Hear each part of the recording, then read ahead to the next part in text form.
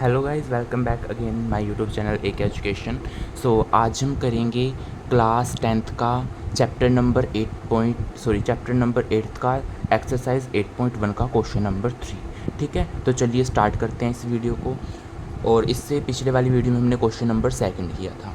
तो चलिए देखो, क्वेश्चन नंबर 3 के अंदर क्या है। कहता है if sine A equals to 3/4 calculate cos A and tangent A. ठीक है, तो सबसे पहले हम इस क्वेश्चन को समझते हैं कि क्या है मेरे पास।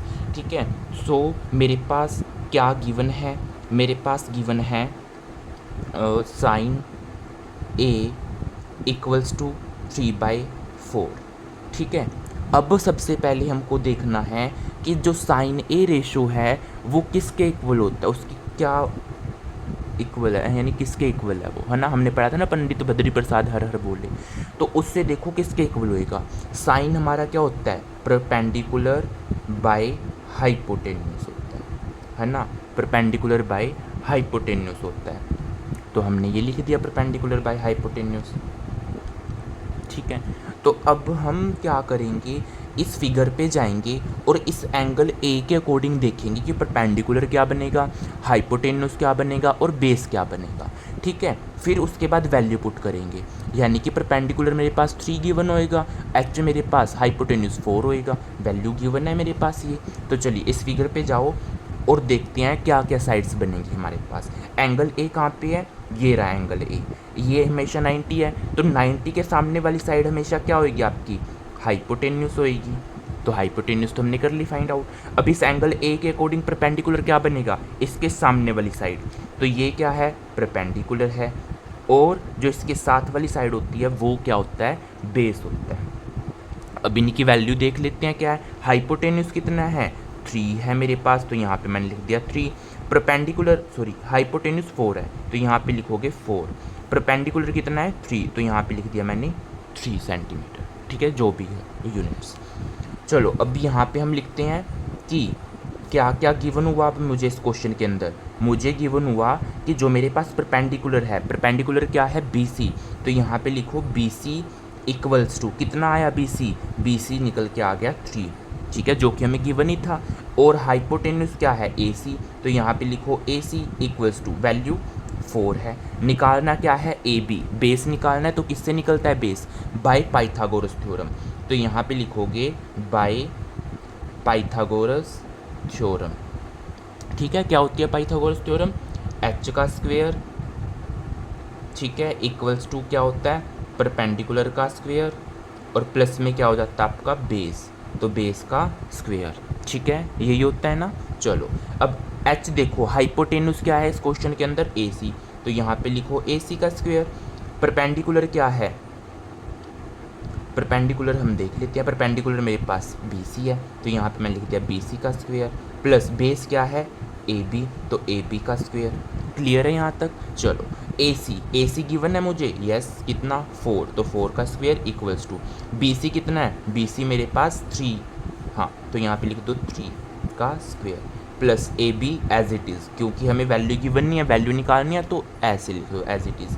4 का स्क्वेयर कितना होता है, 16, इक्वल्स टू 3 का स्क्वेयर कितना होता है, 9 होता है, प्लस में ए बी हमें निकालना है, तो ए बी को एज इट इज़ लिखो यहाँ पे।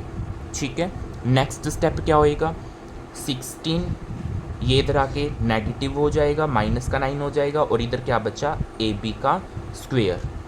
ठीक है, ये ए है, ए बी का स्क्वेयर। 16 में से 9 को सब्ट्रैक्ट करोगे तो कितना आ जाएगा आपका, ये 7 आ जाएगा, equals to A B square बचा। अब स्क्वेयर उधर जाके रूट हो जाता है, तो ए बी इक्वल्स टू क्या हो जाएगा मेरे पास, √7। ठीक है, अब इसको हम सोल्ट आउट तो कर नहीं सकते हैं, तो इसको हम एज इट इज ही रहने देंगे, तो ए बी की वैल्यू √7 आ जाएगी। ठीक है, निकल गया हमारा ए बी। अब हमें क्या निकालना है, अब हम क्वेश्चन पे जाते हैं, क्वेश्चन को रीड आउट करते हैं दोबारा से। Calculate cos A and tangent ए, क्या निकालना है, सबसे पहले हमें निकालना है इस क्वेश्चन के अंदर कोस ए। तो कोस ए कैसे निकलेगा, बिल्कुल सिंपल है, ये तो हमें पता है। जो कोस ए रेशो है वो हमारा क्या होता है, जो कोस ए रेशो है वो इक्वल होता है हमारा किसके, बेस बाय हाइपोटेन्यूस। ठीक है, तो इस बेस बाय हाइपोटेन्यूस में अब हमें क्या करना है, साइड लिखनी है ना इस क्वेश्चन के अकॉर्डिंग। बेस क्या है, किसके अकॉर्डिंग, एंगल ए के अकॉर्डिंग। बेस मेरे पास कितना है, अभी हमने निकाला था √7, ठीक है। तो यहाँ पे सबसे पहले साइड लिखोगे तो A B divide by hypotenuse कितना है, ए सी, तो यहाँ पे लिख देंगे हम ए सी इक्वल्स टू ए बी की वैल्यू गिवन है मेरे पास कितनी है, √7 डिवाइड बाई ए सी भी गिवन है कितना है 4, तो ये आंसर आ जाएगा। क्लियर हुआ।